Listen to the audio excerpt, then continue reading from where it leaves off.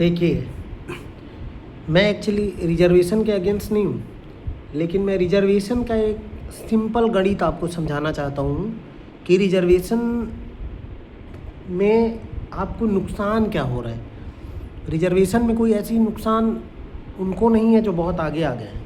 Reservation से बहुत सारे लोग जजेस बन गए हैं, बहुत सारे लोग आईएएस बन गए, आईपीएस बन गए, बड़े बड़े ऊंचे पद पे हैं, तो उनको कोई ऐसा नुकसान नहीं है। नुकसान आप ही के समाज में जो अभी भी नीचे दबे हुए लोग हैं, उनको रिजर्वेशन में क्या बदलाव के लिए आवाज़ उठानी चाहिए, मैं बेसिकली वो बताना चाहता हूँ। तो देखिए, मान लीजिए आप कि 10 सीट के लिए एक वैकेंसी आती है, कोई एग्ज़ाम होता है 10 सीट के लिए, कोई पोस्ट पद के लिए। वो 10 सीट के लिए जो पासिंग मार्क है वो है आपके रिजर्वेशन कोटा के लिए, मान लीजिए 30 नंबर पासिंग मार्क है। अब उस 30 नंबर में आप भी एग्ज़ाम में बैठेंगे और साथ में आपके बैठेगा वो जज साहब का भी लड़का, चंद्रशेखर रावण जो सांसद है उसका लड़का भी बैठेगा, और कोई आईएएस आईपीएस हैं, दलित समाज से हैं, उनका भी बच्चा बैठेगा। प्रॉब्लम क्या होएगी पता है? 30 नंबर पासिंग मार्क है ना, तो उनका बच्चा कॉन्वेंट में पढ़ रहा है। अब जो लोग ऊपर उठ चुके हैं, जज हैं, आईपीएस हैं, आईएएस हैं, कोई प्रोफेसर है, कुछ भी हैं, उनका बच्चा अब हमारे साथ, जैसा कि आपको लगता है कि हम बहुत आगे हैं, तो हमारे साथ वो पढ़ रहा है कॉन्वेंट स्कूल में, बड़े बड़े स्कूलों में हाई फाई फीस पे करके, और वो वहाँ पे पढ़ाई कर रहा है। और आप अभी भी गांव में पढ़ रहे हैं, गांव के किसी सरकारी स्कूल में पढ़ रहे हैं। आपको जैसा लगता है, हालांकि मैं ये नहीं मानता हूँ कि गांव में पढ़ने वाले को कुछ नहीं आता और शहर में पढ़ने वाले को ज़्यादा आता है। पढ़ाई बुक से होनी है, वो बुक आपके पास भी है और उसके पास भी है।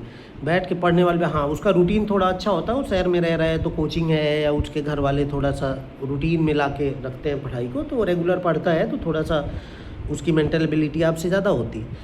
लेकिन अगर उसकी मेंटल एबिलिटी आपसे ज़्यादा है, इसका मतलब ये नहीं कि उसको कोई गॉड गिफ्टेड सीट मिलनी चाहिए। तो हमें कहने का मतलब ये है कि आप अगर गांव के किसी सरकारी स्कूल में पढ़ रहे हैं और वो आदमी कॉन्वेंट में पढ़ रहा है, जो वो भी आप ही के समाज का है, उतना ही रिजर्वेशन उसको भी प्राप्त है, लेकिन वो पढ़ अब उनके साथ रहा है, तो 100 में अगर उसको 30 नंबर लाना होगा, मान लीजिए 10 सीटें हैं और ऊपर से 10 लोग 28-28 नंबर लेके आते हैं कॉन्वेंट वाले से, तो 10 सीटें वहीं भर जाएंगी ना। फिर आप जो गांव से पढ़े हैं और आप लेके आए हैं 25 नंबर, तो आप फिर वहाँ छट जाएंगे, आपको नहीं मिलेगी वो सीट। तो आपको सीट मिलेगी कैसे? मैं इस बात पे इसलिए फोकस कर रहा हूँ कि आपको इस बात के लिए विचार करना चाहिए। आपको सीट तब मिलेगी जब आर्थिक आधार पर रिजर्वेशन होगी। आर्थिक आधार पर रिजर्वेशन होगी तो जो जज साहब हैं, एसपी साहब हैं, जो आईएएस हैं, जो प्रोफेसर साहब हैं, उनको अपनी सीट छोड़नी पड़ेगी।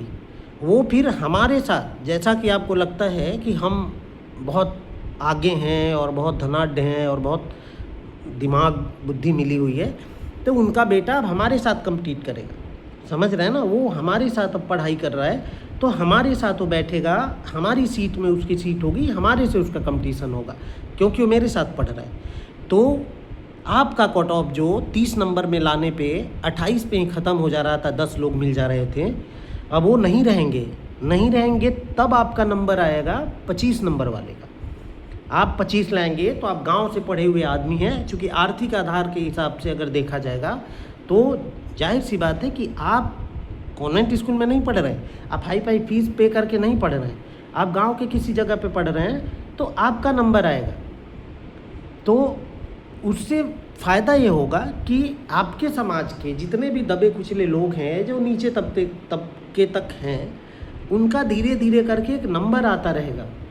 समझ रहे हैं आप? वो फ्लो में रहेगा और वो आदमी कम्पीट करेगा उनके साथ। फिर आप भी जिस दिन सेलेक्ट हो जाएंगे, आप कहीं आईपीएस बन गए, आप भी अपनी सीट छोड़ दीजिए। फिर आपके बच्चे कॉन्वेंट में पढ़ रहे हैं, मेन स्ट्रीम में हैं, आप उनको करने दीजिए, ऐसे ही करने दीजिए, रिजर्वेशन छोड़िए, ताकि आपके समाज का कोई और आदमी को उसमें भला हो। तो बेसिक बात यह है कि आपके समाज में जो धुरंधर हैं बैठे हुए ऊपर के पोस्टों पे, वो इसलिए नहीं कर रहे हैं रिजर्वेशन का सपोर्ट कि आपको फ़ायदा हो। वो गिने चुने जो लोग हैं ना, वो अपने फ़ायदे के लिए उसको सपोर्ट करते हैं, और ये लड़ाई आपको लड़नी होगी। आप जब निकल के आएंगे, आप बोलेंगे कि आप ही के समाज के लोग जो ऊपर बैठे हैं उनको सीट छोड़नी होगी, तो आपका भला होगा। नहीं तो ज़िंदगी भर आप ऐसे उनके पीछे पीछे ताली बजाते रहेंगे और आपके बच्चे ऐसे ही घूमते रहेंगे।